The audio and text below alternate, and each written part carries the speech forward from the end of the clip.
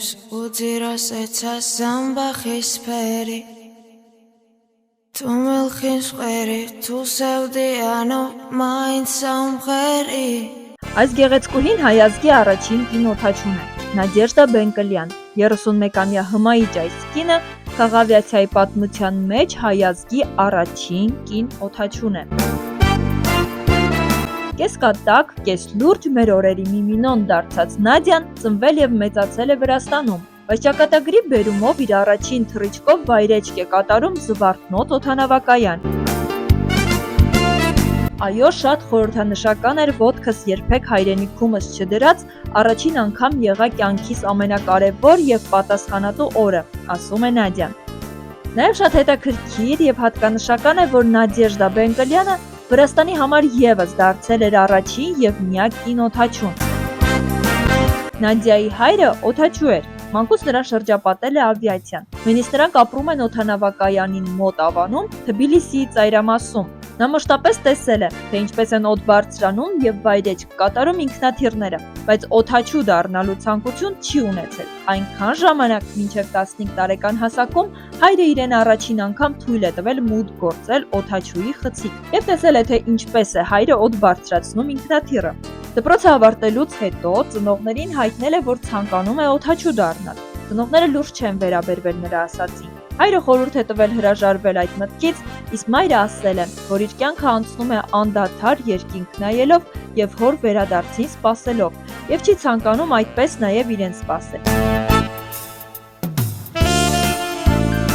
Չնայած ծնողների դեմ լինելուն, Նադյան շարունակում է գնալ իր նպատակի հետևից և շուտով ընդունվում է Վրաստանի ավիացիոն համալսարան։ Նադյան համալսարանը ավարտում է գերազանցությամբ, ճանաչվում է լավագույն շրջանավարտ։ Մինչև իմ ընդունվելը կուրսում աղջիկներ չէին եղել, բայց իմ ընդունվելու տարում մենք արդեն 3-ն էինք։ Աղջիկներից մեկը չկարողացավ ավարտել ուսումնարանը։ Բանն այն է, որ ամեն տարի մենք բուժզննում ենք անցնում, և նա առողջական խնդիրների պատճառով չկարողացավ օդաչու դառնալ։ Երկուսս կարողացանք ավարտել ավիացիոն համալսարանը։ Ես ավելի շուտ կարողացա հավաքել օդաչու դառնալու համար անհրաժեշտ փորձնական թռիչքաժամերը և անցա աշխատանքի Georgia Airways ավիաընկերությունում։ Այդպիսով ես առաջինը դարձա Վրաստանի միակ և առաջին կին օդաչուն։ Համալսարանում ուսանելու տարիներին մարդիկ երկու խմբի բաժանվեցին։ Մի մասին դուր էր գալիս աղջիկների ներկայությունը, մյուսները թերահավատորեն էին նայում մեզ և մեր ընտրությունը անլուրջ քայլ համարում։ Բայց անձամբ ինձ վրա դրական ազդեցություն ունեցավ, քանի որ ես որոշեցի ապացուցել բոլորին, որ կարող եմ օդաչու դառնալ։ Այդ մասնագիտությունը տղամարդկային ուժ չի պահանջում։ Օդաչուն պետք է ճկուն, խելացի լինի, կարողանա արագ կողմնորոշվել և յուրացնել ուսումնական նյութերը։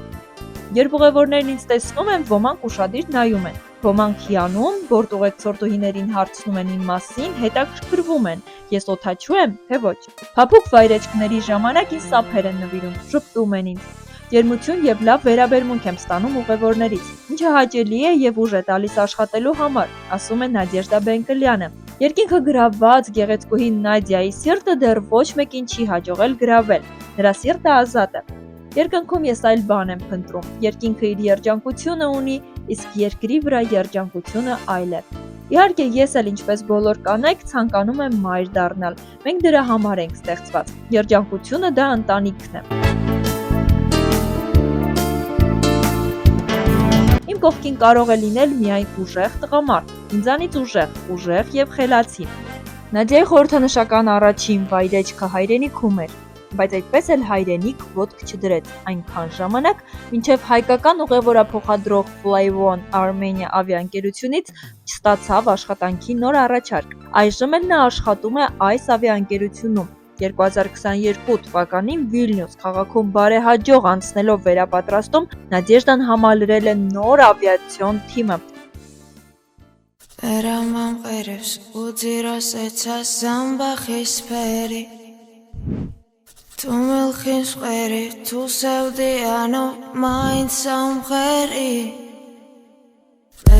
ամղերևս վարտեպիս ունդ գաղաղաչոս պերի